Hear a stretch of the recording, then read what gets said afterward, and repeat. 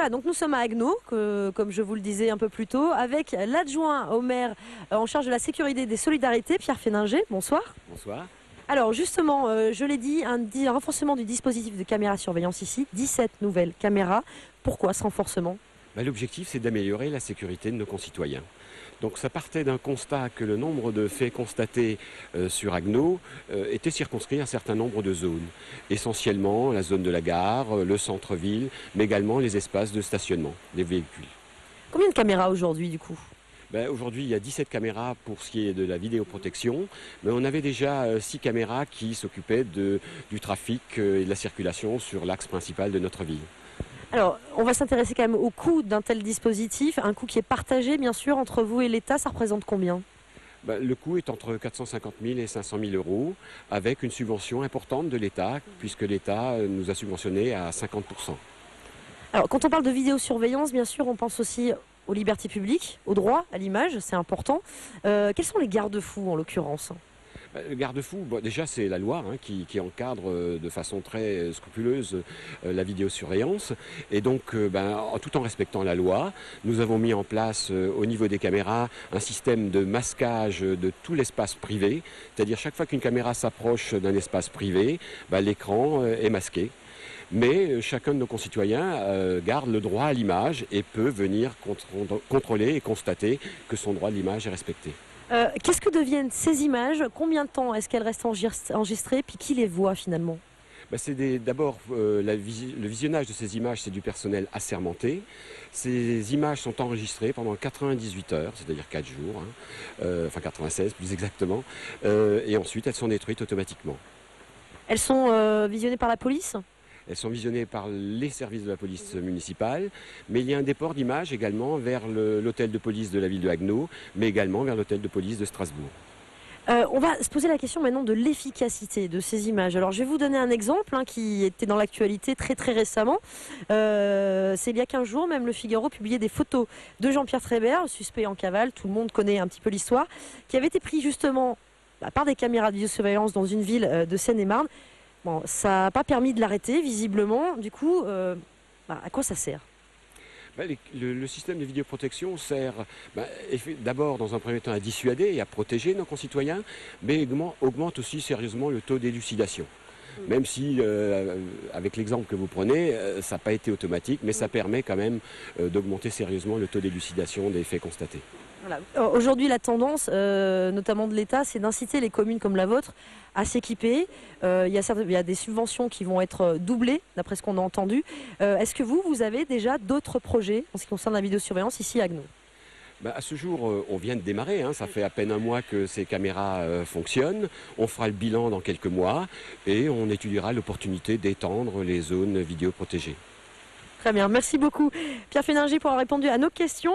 Alors, bien sûr, on a voulu savoir ce qu'en pensent les riverains, les gens qui habitent ici à Haguenau. On s'est baladé un petit peu dans les rues. Je vous propose d'entendre leur réaction par rapport à l'installation de ces nouvelles caméras. Et puis on se retrouve bien sûr juste après. Ce sera cette fois-ci à Strasbourg avec un sociologue. Il nous donnera lui aussi son avis sur ce dispositif de vidéosurveillance. A tout de suite.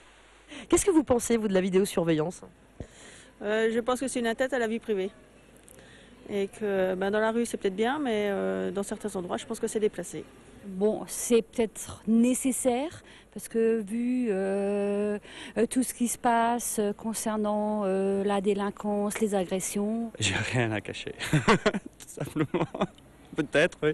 Non, ça me dérange pas du tout, non. Maintenant, ce qui me dérange, c'est que je ne l'ai pas su. Moi, je suis un habitant du centre-ville, zone piétonne. Je suis en ville tous les jours. Je n'ai pas été informé, peut-être par un courrier des résidents, au lieu de faire l'info tout simple, quoi. Je n'ai rien contre. Je ne vois pas en quoi ça dérangerait les gens. C'est pour notre sécurité. Bon, maintenant, on peut faire ce qu'on veut avec. Mais... Est-ce que vous seriez prête, comme on le propose maintenant en Grande-Bretagne, à moyennant finance, regarder par Internet des caméras de vidéosurveillance, surveiller vos concitoyens? Non, je serais pas comme non. J'ai pas le caractère pour. Suite de notre enquête ce soir, je vous le rappelle, sur la vidéosurveillance, nous sommes à présent à Strasbourg avec Eric Heilmann, sociologue. Bonsoir. Bonsoir. Alors, si on vous a demandé de nous accorder une interview aujourd'hui, c'est pour avoir votre expertise justement sur ce phénomène de vidéosurveillance. Donc on le disait, l'État encourage les communes à se développer, à développer un dispositif avec de plus en plus de caméras dans des communes parfois assez petites d'ailleurs. Est-ce qu'il faut, selon vous, craindre cette tendance ? Je crois qu'il y a une grande partie un effet de mode, d'une part. C'est-à-dire que l'État nous dit que nos caisses sont vides, donc il fait tout pour encourager les élus et les collectivités à investir à sa place. Parce que sur le terrain de la prévention, qui est la compétence première des élus et des maires, ça a échoué. La plupart des enquêtes montrent que les résultats ne sont pas là. Donc on avance surtout actuellement des arguments pour dire que ça permet d'identifier des délinquants, etc. Mais c'est vrai que dans des petites communes, on se dit mais quel est le problème de délinquance vraiment qui est posé?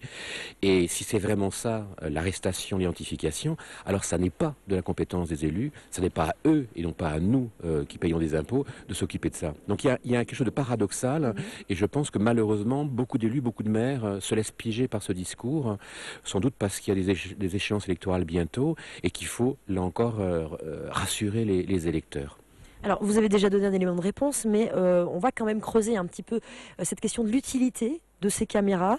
Selon vous, justement, à quoi elles servent aujourd'hui ?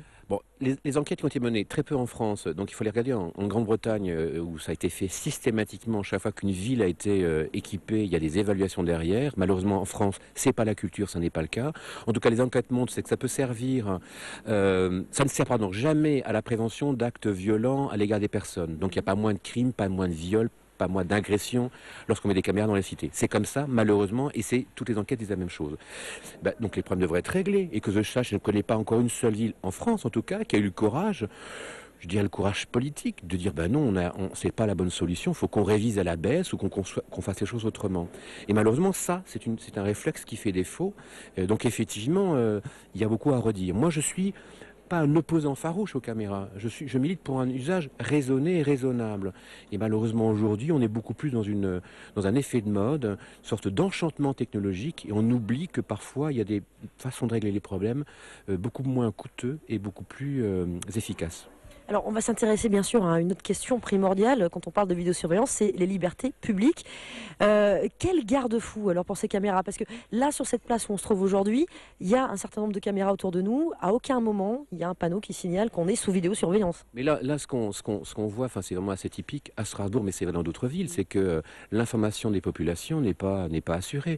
Alors on nous dit bien dans certains quartiers, il y a une affichette qui vous dit là, vous rentrez dans un espace qui est vidéosurveillé.